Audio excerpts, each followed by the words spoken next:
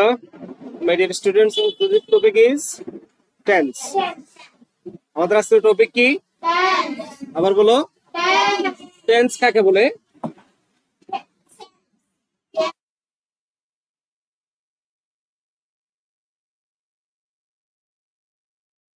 Very good, very good. Tense হলো ক্রিয়াপদের এমন একটা রূপ যেটা কি করে? টেন্স হলো ক্রিয়াপদের এমন একটা রূপ যা সময়কে বোঝাতে ব্যবহৃত হয়।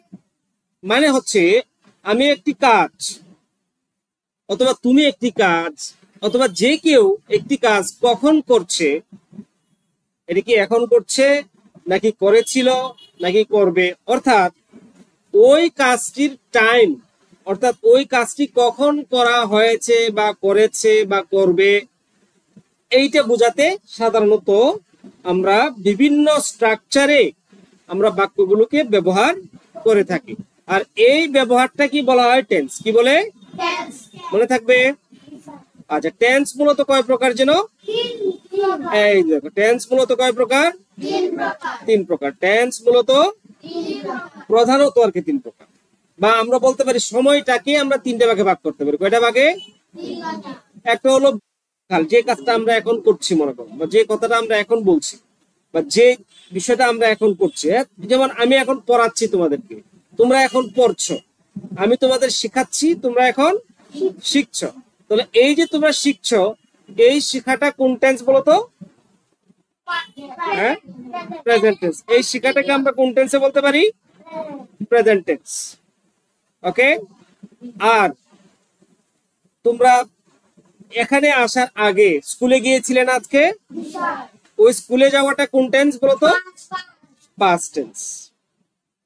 আগামীকাল তোমরা স্কুলে যাবে, অথবা এখান থেকে পড়া শেষ করে তোমরা বাসায় যাবে, ওটা কি টেন্স? Very good. এবার আসো, এই যে প্রেজেন্ট টেন্স, পাস্ট টেন্স এবং ফিউচার টেন্স, এই প্রতিটা টেন্স আবার কয় প্রকার করে? তিন প্রকার, চার প্রকার করে। কয় প্রকার করে? এটাই বলেছে, প্রতিটি টেন্স এর আবার চারটি উপভাগ থাকে। তাহলে একটা টেন্স যেমন প্রেজেন্ট টেন্স, এই প্রেজেন্ট টেন্স এর চারটা উপভাগ আছে। কয়টা? একটা হচ্ছে সাধারণ বা সিম্পল, সাধারণ বা প্রেজেন্ট বলতে পারি আমরা, সিম্পল প্রেজেন্ট, অথবা সিম্পল টেন্স অথবা প্রেজেন্ট টেন্স, বা এটাকে আমরা বলতে পারি প্রেজেন্ট ইনডেফিনিট টেন্স। দুই নম্বর হচ্ছে ক্রিয়া ধারাবাহিক বা কন্টিনিউয়াস। কন্টিনিউয়াস এর বাংলা কি বলতো? ক্রিয়া ধারাবাহিক। কন্টিনিউয়াস এর বাংলা কি? আমরা কন্টিনিউয়াসটা বলতে পারি, কিন্তু ক্রিয়া ধারাবাহিকটা অনেকেই বলতে পারেন। তাহলে এটা আমাদের জানা উচিত না? তাহলে যে কাজটা চলমান, এটা বোঝাতে, যেমন আই এম টিচিং, আমি এখন তোমাদের শিখাচ্ছি। ইউ আর লার্নিং, তোমরা এখন শিখছো। তাহলে এটা কি টেন্স? Continuous tense. এটা কি টেন্স? Very good. আরটা হচ্ছে পারফেক্ট বা সম্পূর্ণ, 3 নাম্বার টেন্সটা।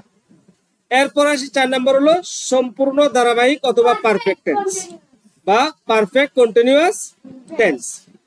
এখন আসো, এই যে 4টা প্রকার আমরা পড়লাম, এই 4টা প্রকার টেন্সের, তাই না? এই 4টা প্রকারের প্রত্যেকটারে আলাদা আলাদা স্ট্রাকচার আছে। কি আছে বলতো?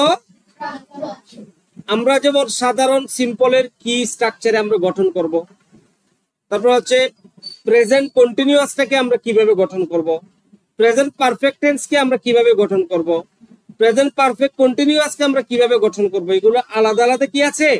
স্ট্রাকচার আছে। ওই স্ট্রাকচার গুলো আমরা একে একে প্রতিটাই পড়ব, প্লাস প্রত্যেকটা স্ট্রাকচার আমরা খেয়াল রাখবো, এবং প্রত্যেকটা স্ট্রাকচার আমাদের মাথায় থাকতে হবে।